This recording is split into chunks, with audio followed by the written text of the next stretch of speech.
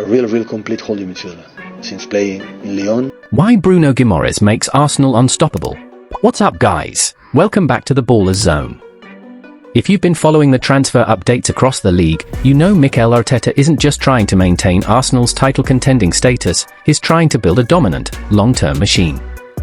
And the latest move being discussed behind closed doors changes everything: Bruno Guimaraes to Arsenal. Before we dive into the tactics, if you love deep dive football analysis like this, hit that subscribe button and turn on notifications so you never miss an episode on the Ballers Zone. Now, I know some of you might ask, wait, do Arsenal really need another high-profile midfielder when they already have Declan Rice and Martin Odegaard? Here is the honest answer: this isn't about depth, this is about total structural dominance. Adding Bruno Guimaraes to Arsenal's engine room isn't just an upgrade, it's the exact move that could make this team virtually invulnerable. In this video, we're breaking down the tactical blueprint, how Bruno fits into Arteta's setup, why this midfield trio will terrorize the rest of the Premier League, and why rivals should be deeply concerned. Let's jump into it. To understand why Mikel Arteta is so intent on bringing Bruno Guimaraes to North London, you first have to appreciate what kind of player he actually is.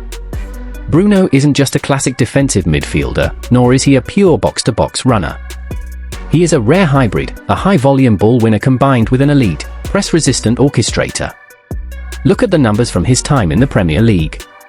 Bruno consistently ranks in the upper percentiles for tackles, duels won, and fouls drawn per 90 minutes. But here's the kicker: unlike most ball-winning destroyers, he does not panic under pressure. When opposing teams trigger an aggressive high press, Bruno demands the ball in tight spaces, uses subtle body feints to roll off defenders, and opens up central passing lanes. He brings an aggressive, fiery personality to the pitch, a player who actively wants to engage in physical battles, disrupt the opposition's rhythm, and drag his team forward. For Arsenal, a side that often faces stubborn low blocks or aggressive physical presses in away matches, having a midfielder who combines gritty duel-winning ability with elite technical press resistance is absolute gold dust. So, how does this actually work on the tactical board? This is where things get really scary for the rest of Europe. Up until now, Declan Rice has carried a massive workload for Arsenal. He's been asked to screen the back four, cover vast ground in transition, and still drive forward into the final third when needed. As brilliant as Rice is, playing 50 to 60 games a season at that intensity takes a heavy toll.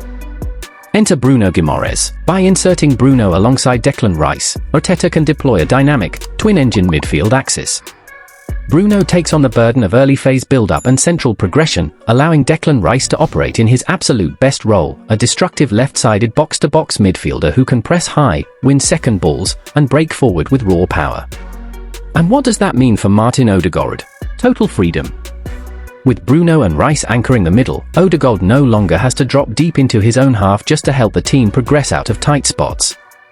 He can stay high in the right half space, operating right between the opposition's midfield and defensive lines, unlocking defenses, and feeding the front line with lethal precision. You end up with a midfield that has literally zero structural weaknesses, elite duel winning, world-class press resistance, and total artistic freedom for Odegaard in the final third. Good luck finding a gap in that setup. Let's talk about why rival managers should be genuinely worried about this move. In top-level football, especially in modern Premier League title races and deep Champions League knockout runs, matches are decided in transition. When you lose the ball high up the pitch, can you immediately win it back? And when the opponent presses you, can you play through them without giving away dangerous turnovers? In recent seasons, when opponents managed to physicalize the game against Arsenal or lock down their primary build-up angles, things could sometimes stall. Bruno Guimaraes completely eliminates that issue. He adds a ruthless, combative edge that forces opponents to back off. You can't comfortably press him because he'll shield the ball and draw a foul, you can't leave him open because he'll split your lines with a single pass, and you certainly can't win physical battles against a midfield that features both him and Declan Rice. It creates a nightmare scenario for rival coaches. If you drop deep against Arsenal, their midfield will suffocate you in your own half. If you step up to press them high, Bruno and Rice will bypass your press and launch immediate attacks into space. It leaves opposition teams with no good options. At the end of the day, title-winning teams are built on control, resilience, and tactical flexibility. Signing Bruno Guimaraes isn't just about adding another high-profile player to the squad list, it's about elevating Arsenal's floor and ceiling to a level where they can control any match, against any team, under any circumstances. This Arsenal midfield isn't just going to be top tier, it's going to be absolute steel. What do you guys think? Does Bruno Guimarães turn Arsenal into an unbeatable force in the Premier League and Europe? Drop your thoughts in the comments below, smash that like button if you enjoyed this breakdown, and make sure to subscribe if you haven't already. Thanks for watching, and I'll catch you in the next one.